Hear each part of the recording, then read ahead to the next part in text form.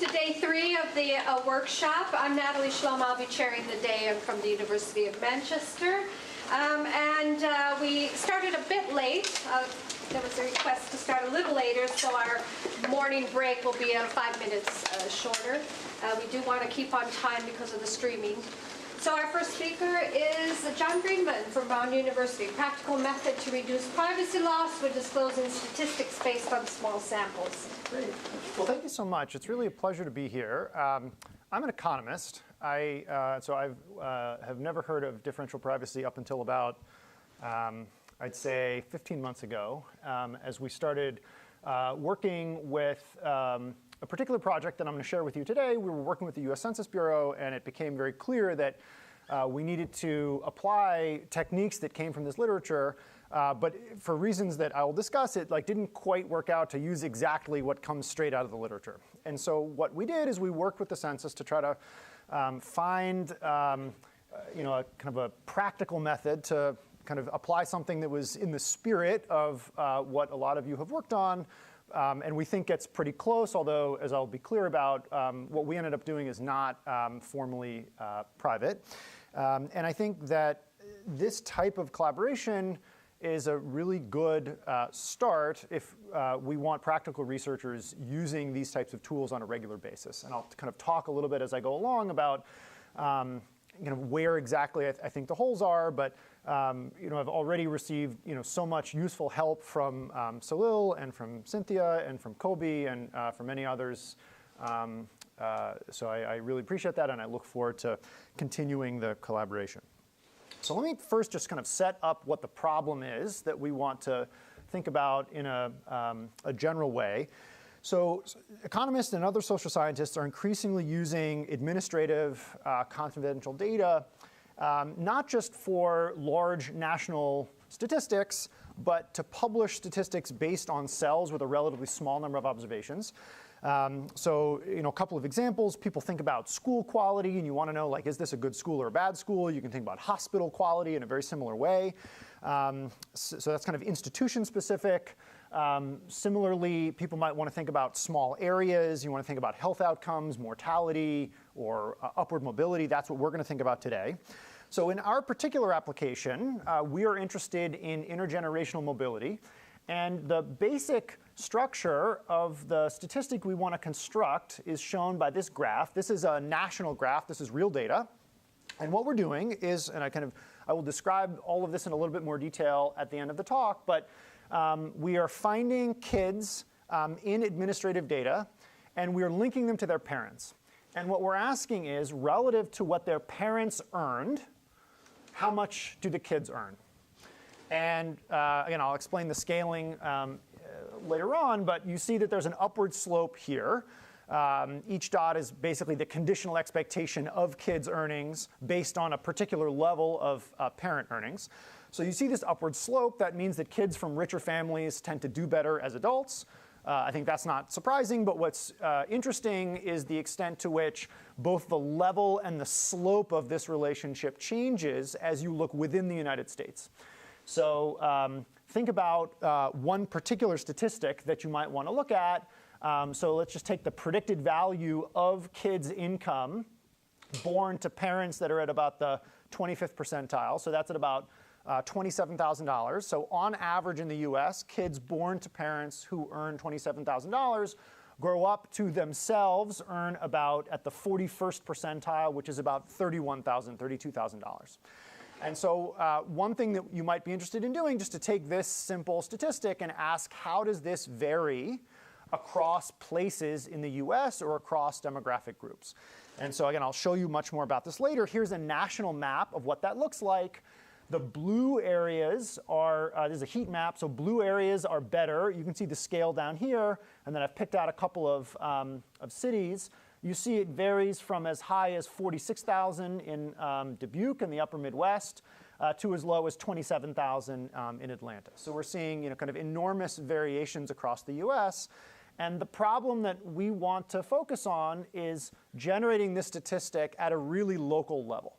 Right? Why do we want it at a local level? Because when I'm meeting with the mayor of Atlanta and we say, gee, your city doesn't have very good upward mobility, she's going to say, well, tell me what I can do about it.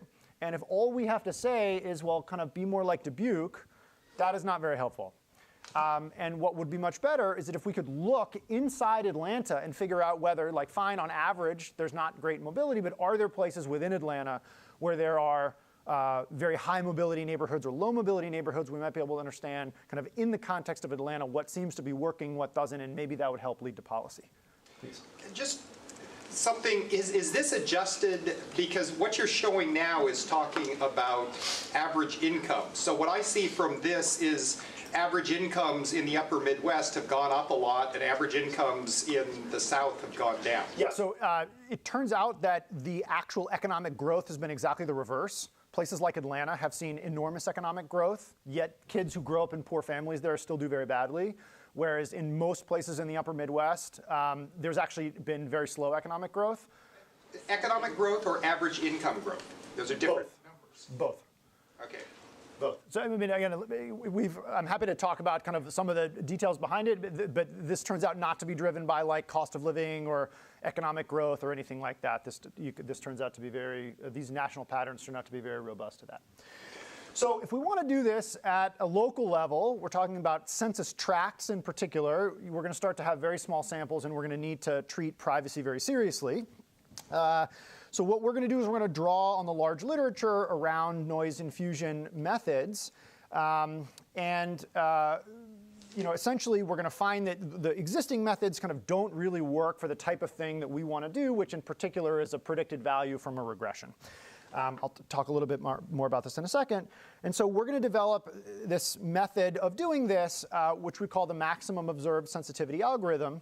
And what we're going to find, I think, that's key is that it seems to provide reasonable levels of privacy protection, despite the lacking of a formal guarantee.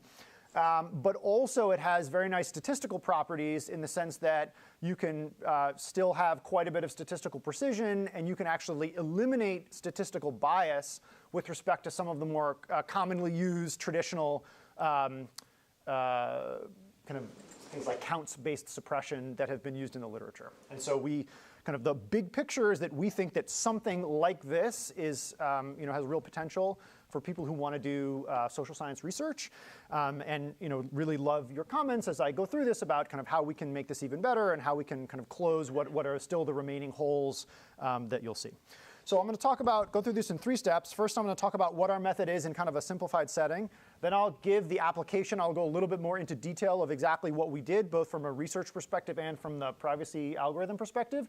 And then I'll compare with traditional methods. So just to formally state the problem, we want to release these predicted values from univariate regressions in small cells.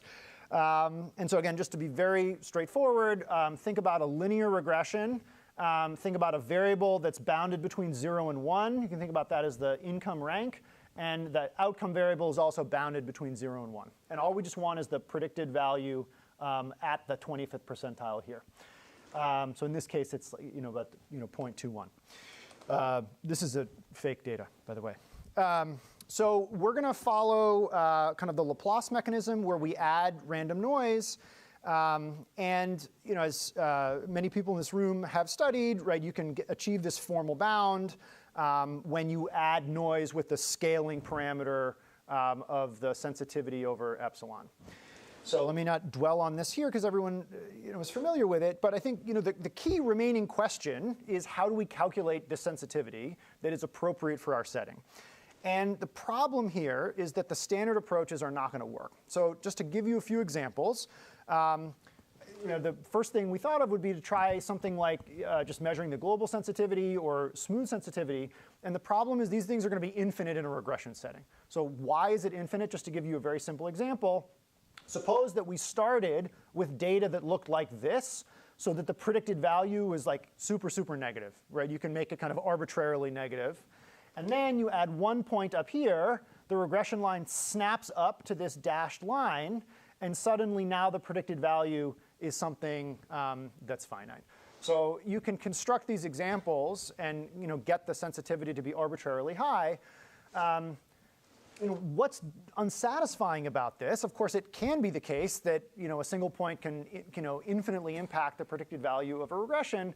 The problem is that the world does not look like this. It doesn't look anywhere close to like this.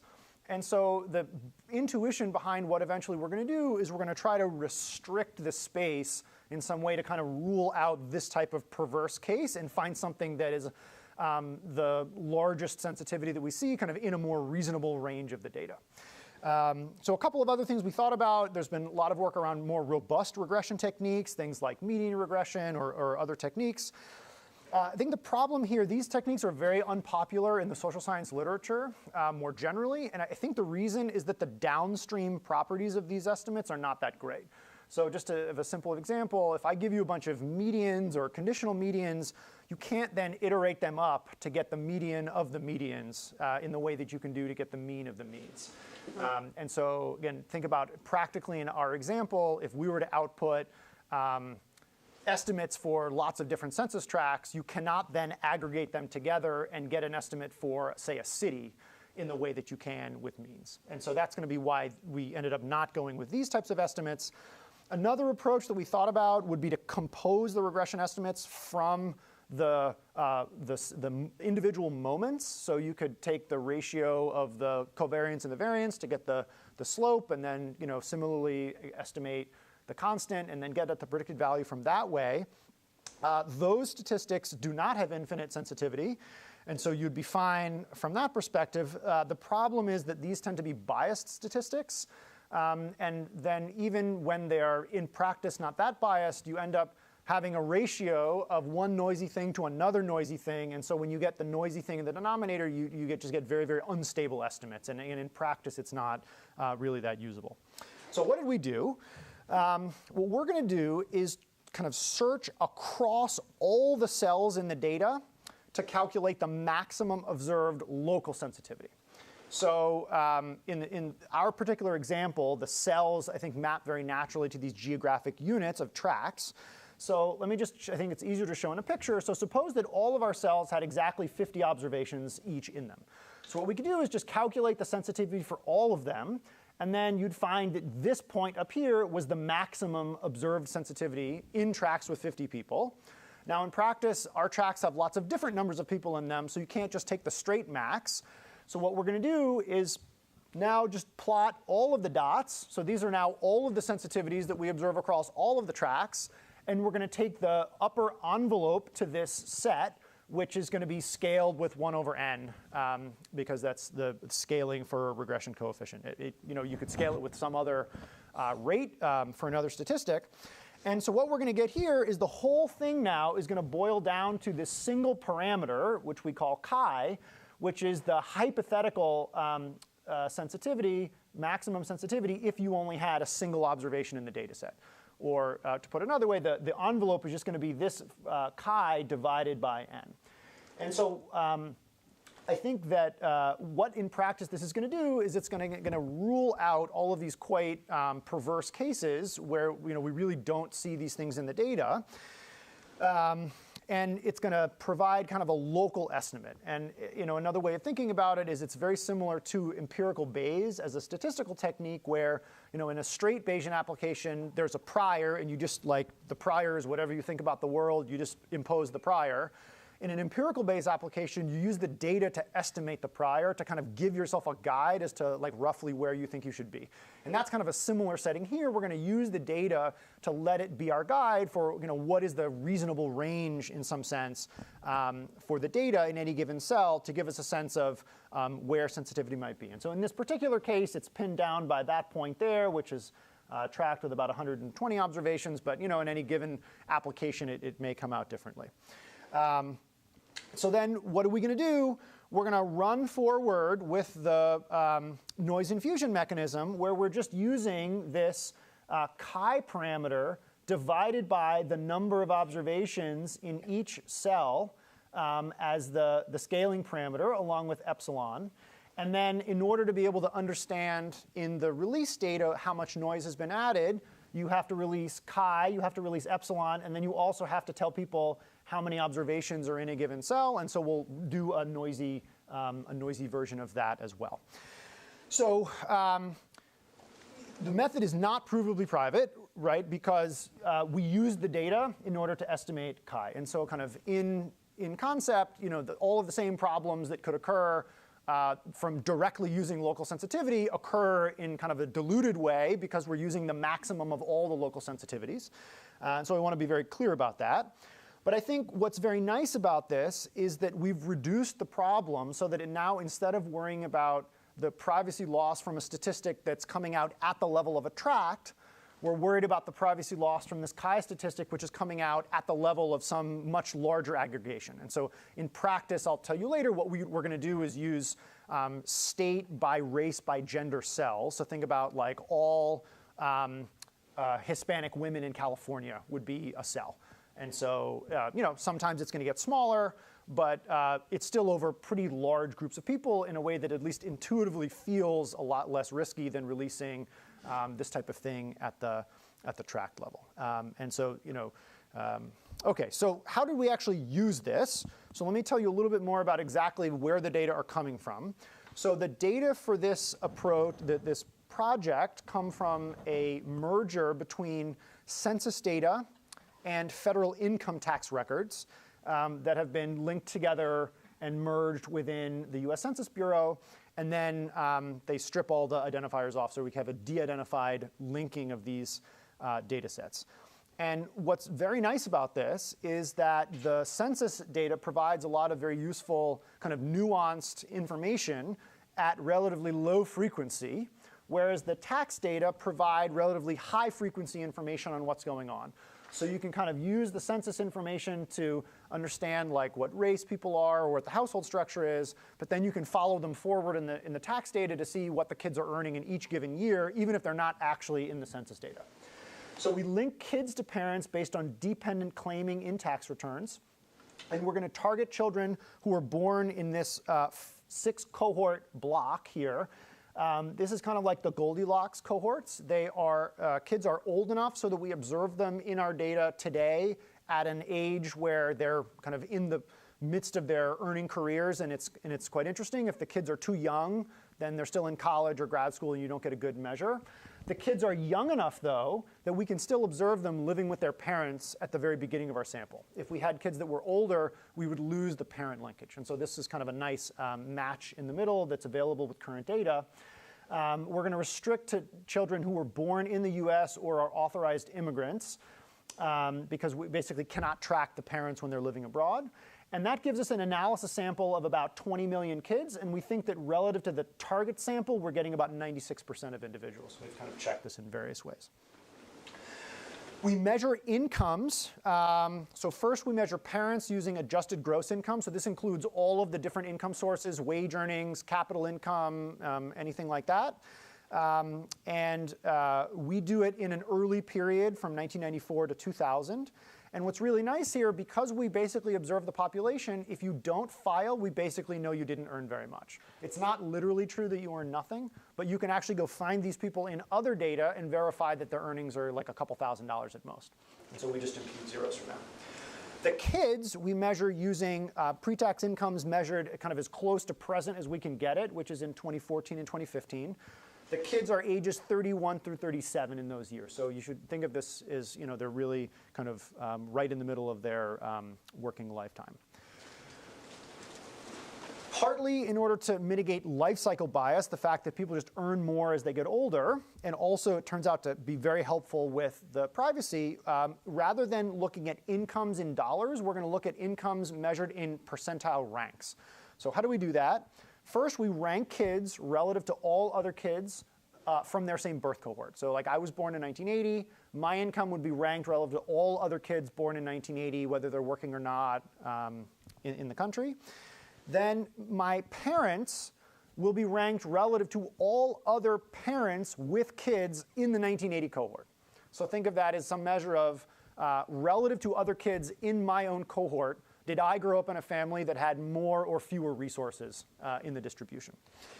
And then there turn out to be quite important nonlinearities in certain contexts. So let me just show you an example of this. This is the national plot. We have parent income on the x-axis in these ranks. I've given you the dollar cutoffs to give you a sense. And then on the y-axis, instead of using income here, we're looking at the fraction of individuals that are incarcerated. And each dot is just the fraction of men who are incarcerated. We're focusing on black men here. It's the fraction who were incarcerated on the day of the census in 2010, April 1st, 2010. And so, I mean, first of all, just as a social science point, note that 20% of black men are incarcerated from the poorest families on this day. Not in their lives, not over the course of a year, but they're literally in jail on this day, which I find quite striking. From the statistical perspective, you see there's this kind of quite important nonlinearity where, it's negatively sloped as you would expect, but then there's this kick up where kids from poorer families at the very bottom are kind of disproportionately likely to be incarcerated. And so in order to capture this in the data, it turns out to be quite important. What we're going to do is we're going to take this national slope, this national function, and then we're going to transform the parent ranks. And so that's what this, go forward, that's what this f function is. So rather than just having the raw parent rank, you transform it with this, and what that has, what it basically does is it stretches the parent rank distribution so that 0 and 20 are going to be further apart in practice than 60 and 80, just because that's what matters. And so it does end up being a linear regression, but off of a bunch of transformed variables. The final thing is that in practice, many children move across tracts. I've been talking about tracts just as though they were totally separate buckets. And so what we do is we weight kids in each regression by the fraction of their childhood that is up to age 23 that we observe them living in this tract. And so there's a little bit of overlap from place to place, although in practice there's actually much less movement than you would expect or you might worry about. OK, so now let me turn to the privacy method. Kind of how did we in particular implement this MOS method? So the first thing is we wanted to make sure we could get the full line, or in this case, the full kind of nonlinear line. And so what we did is we produced predicted values at both the 25th and 75th percentiles of parent income separately. What we then found is that in certain tracts, predicting, say, the 25th percentile is a little bit weird because there are no kids or parents living in that tract that are anywhere close to the 25th percentile. So the classical example is think about something like Princeton, New Jersey. It just makes no sense to think about what would a kid who is very poor living in Princeton, New Jersey end up earning as an adult because that person does not exist. So what we did is we instead predict the median and then either the first or the 100th percentile for tracts with either less than or more than 10% of OBS in 1/2 the distribution. So that's probably not so clear. So just to give one example, if fewer... 99%. Sorry?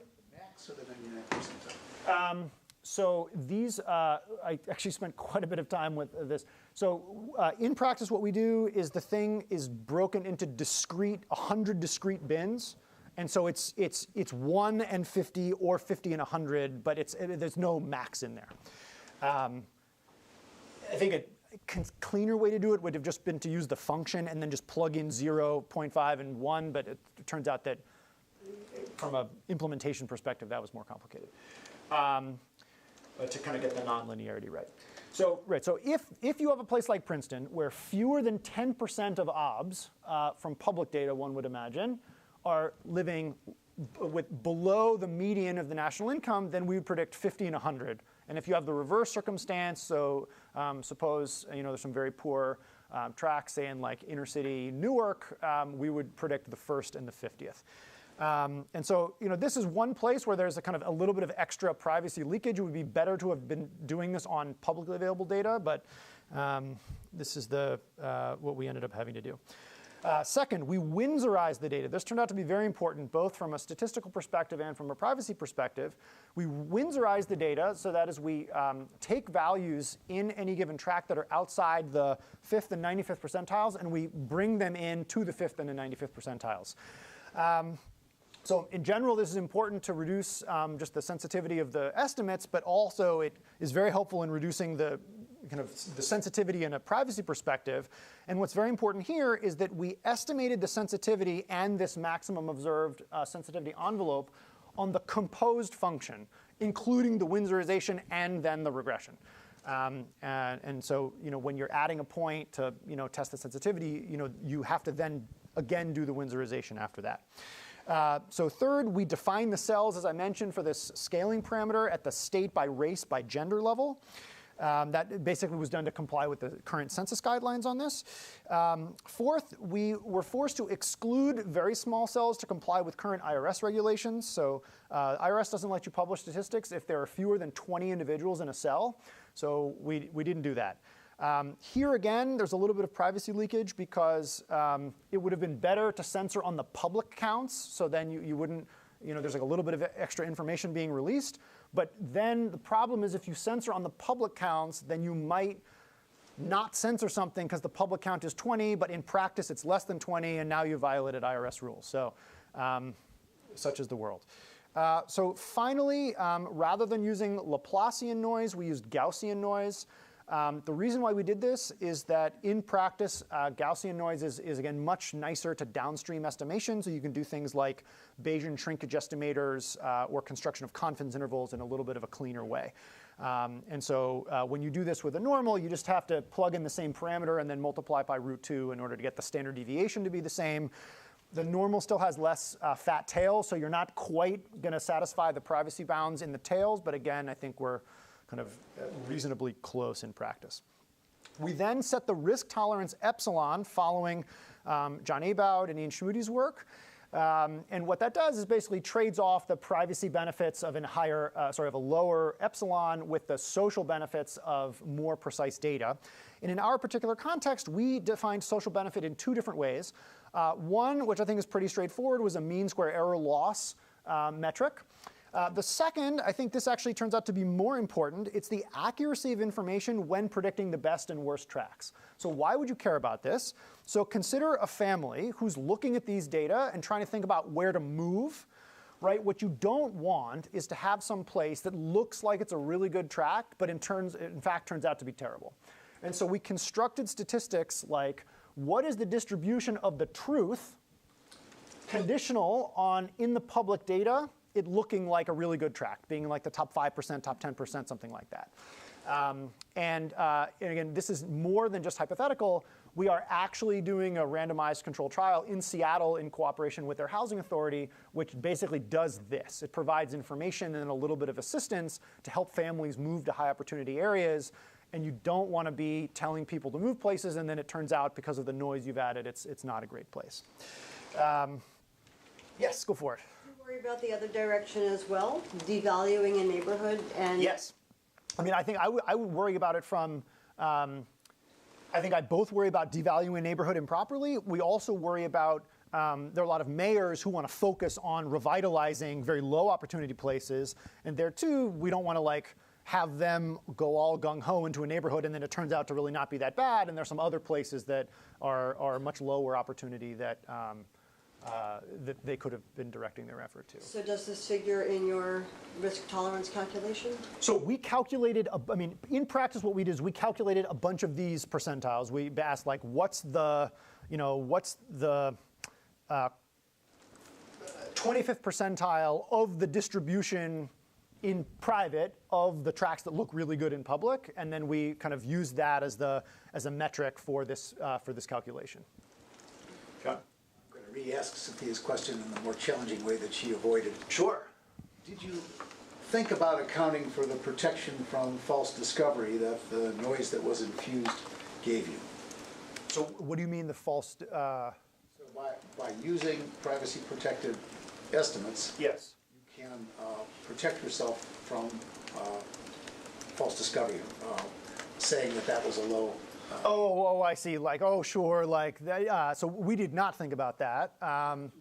We could.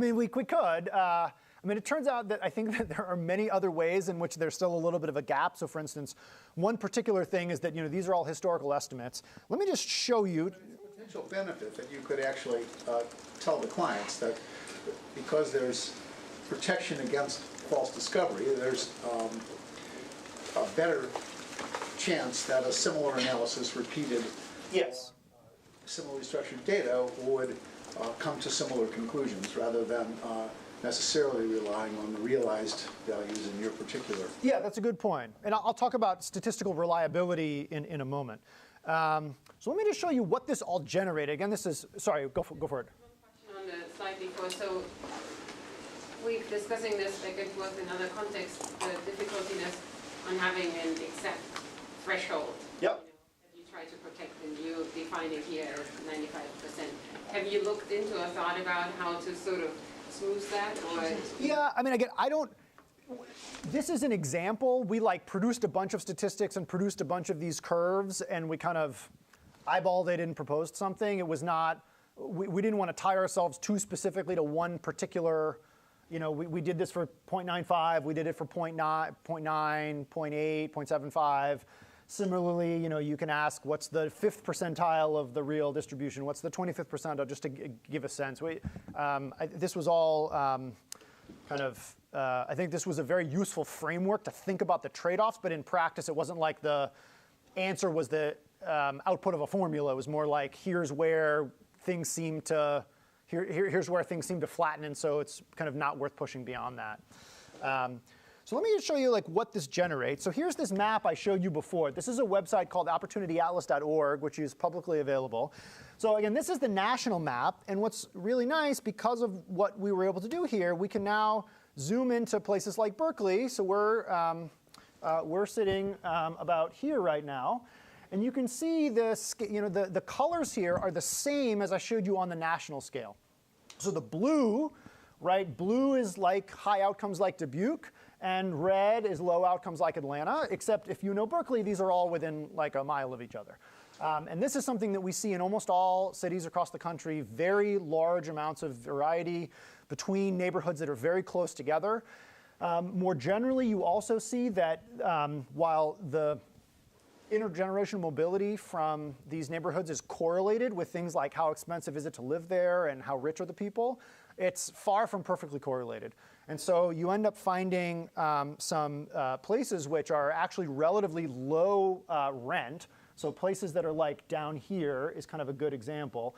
These places are relatively low rent, and yet they're kind of much higher opportunity than places that are over here. And so for instance, when we work with the housing authorities, that's where they're interested in, so they can help direct people to places that are affordable but are still kind of relatively high opportunity. This website has been viewed by more than 500,000 unique users in the past 6 months since we released it at the beginning of October, I guess 5 months. And this is actually becoming a pretty useful tool for mayors or housing authorities or other people who are thinking about the geography of opportunity for kids in the U.S. And this is something that just would not have been possible had we not been able to draw from the tools that you all helped develop. So in the interest of time, let me go back and talk about how we compared this with traditional methods. So I think there are 3 key metrics that we were interested in. First, what the privacy loss is. Second, statistical bias. And third, statistical precision. And first, from a privacy loss perspective, here I think it's more just conceptually that you clearly get much more in a more consistent way, in a more precise way, using this type of noise infusion technique than using things like cell suppression.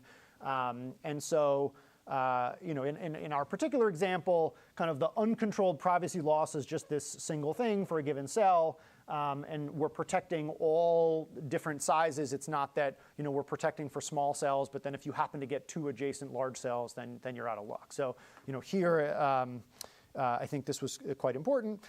Now, what you might worry about is that infusing noise, it's kind of obvious that it'll have these benefits, but are you going to lose something from the perspective of either precision or bias? And so what we were quite happy to find is that actually it seems to help on both fronts. So in terms of bias, what we did is we compared our noise infusion approach to a count-based suppression approach. And what's very particular here is that once you infuse noise, you know exactly what you've done, and so you can back it out of the data quite easily. Whereas with count suppression approaches, it's often very difficult to back out some uncorrected estimate. You get bias that shows up in very subtle ways. So let me give you an example here. This is an actual statistic that we put in the paper.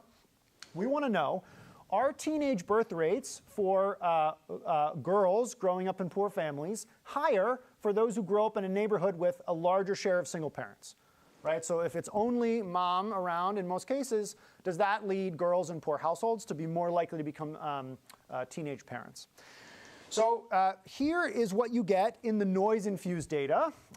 You get a slope that's highly significant and positive. It makes sense.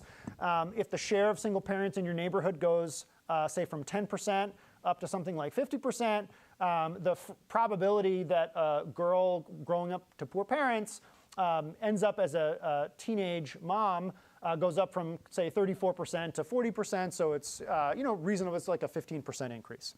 If you had done this instead in the count suppressed data, you would have gotten that, which is not just quantitatively a much, much flatter slope, but it's now no longer statistically significant. So what's going on here?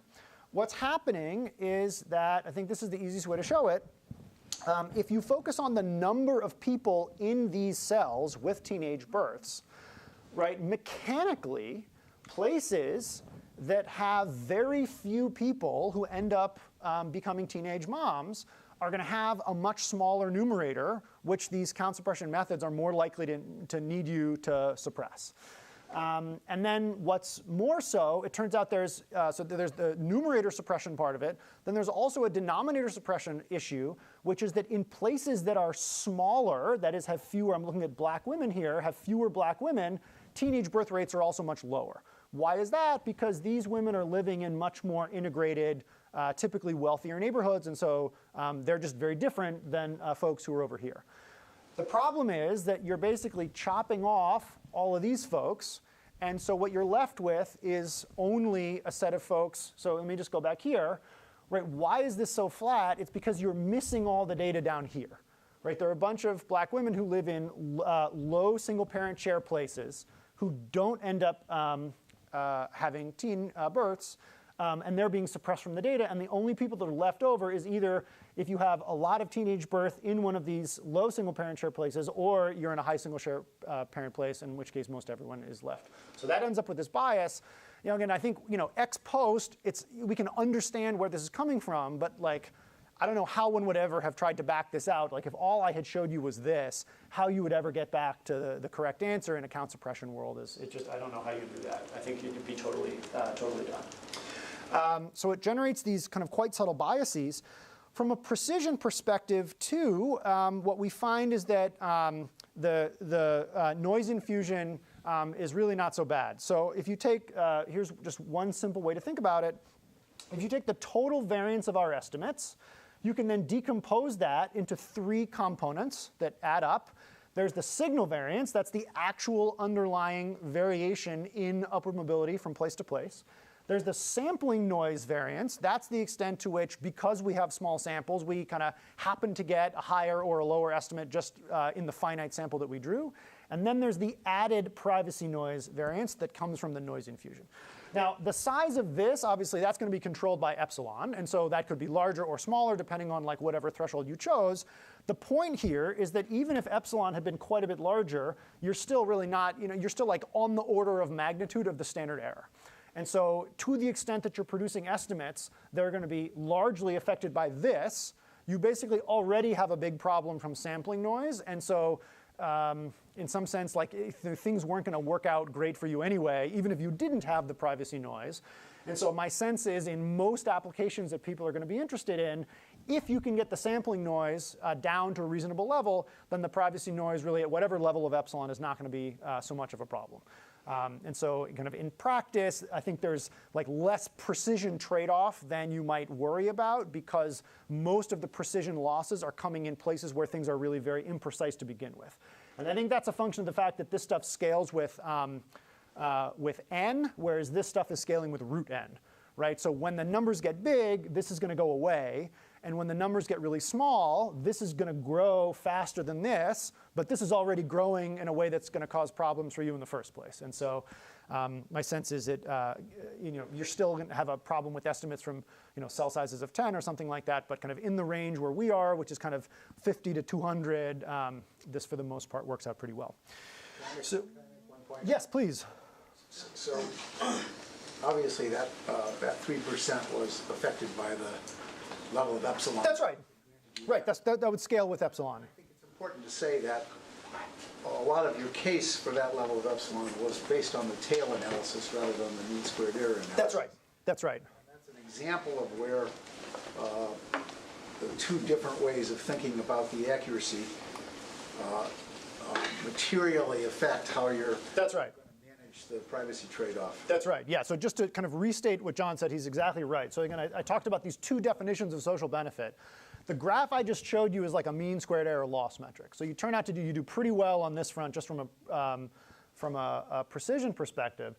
The reason is that it's this one that bites most when deciding, that's what we found in practice in our procedure that bites most when determining the level of epsilon. And so I think you could have gone to kind of half or a quarter the level of epsilon and not had that much of an effect here. It was really here where you really start to lose precision in these tail outcomes. That's exactly right. Now, in fairness, I think that if the sampling variability as well as the disclosure avoidance variability had been a part of the criterion, that this issue about whether the inferences were correct in the tails is even more affected by the sampling variability than by the...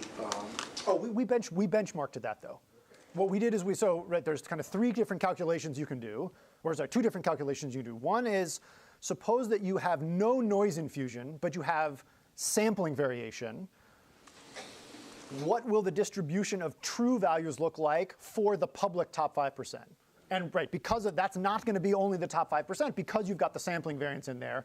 Then there's additional losses beyond that, and what we did is we benchmarked to the no privacy noise, but empirical sampling variation level of it, so that we kind of that's like the one on the social. Change in the inference. It's the incremental change, exactly. The point I'm trying to make is that influenced the privacy loss budget. If you had instead added them together to say it's the overall inference that we want to have of high quality, not just the privacy loss budget, that would have justified a smaller epsilon, a larger. I could have seen it going either direction, depending on. But I agree with you that the curves would have looked different. We are in agreement on. Yes. Yeah. So let me. I know we're basically out of time. I would love to kind of talk with you all more about this throughout the rest of the week. But I think that there are kind of two main lessons that I took away, places where I think that the literature, kind of where from a very high level is the literature not quite reaching practice. And so I think that there are two things. So the first of all is this is basically just about that chi, right? So we're releasing this chi. It's at this high level of aggregation, but it itself is not formally private. I think we all have this intuition that it's like much better it's not formally private in a better way than some things that are not formally private in a worse way. But at least we were unable to think about like a formal way to make that statement. And so figuring out a way to have privacy loss not be something that's either like 1 or 0, but some kind of middle ground to give a sense of like what are better or worse ways to get almost there, I think would be very useful. The second thing, which I think we realized more at the end of this, but which I think is very, very important from the perspective of practical use, right? In practice, if you want people to use this thing, what it's going to have to be is like a totally automated thing that somebody like sticks onto the end of a routine, whatever it is they're doing. And so if somebody's running a univariate regression, if somebody's running multivariate regression, if somebody's running like a differences in differences regression, if somebody's using some instrumental variables technique, there's like all sorts of stuff that people do, there's going to have to be kind of like one thing that works across a very broad set of estimators. If people have to redesign the algorithm every time they come up with a new statistical approach, I mean, like conceptually, obviously, that's like a very nice and elegant thing to do, but like in practice, that's just going to be way too much work for people, and they're not going to want to do it. And so I think one advantage of this algorithm that we came up with is that, like you can adjust it as you go to different settings, but the thing is really very flexible in the sense that if we had been using a much, much more complicated regression estimate, you still could have just done this thing where you iterate through, you calculate the sensitivity in each of these cells, and then you get this envelope. That basically would have worked for almost anything you want to do, whereas my sense is that a lot of the other techniques in the literature are like much, much more method specific in a way that I think makes it harder for applied researchers to use. And so I think developing these kind of quite flexible techniques is an important piece of turning this into practice. Thank you all so much. I'm afraid we ran out of time for more questions, so we'll have to catch you down during the break.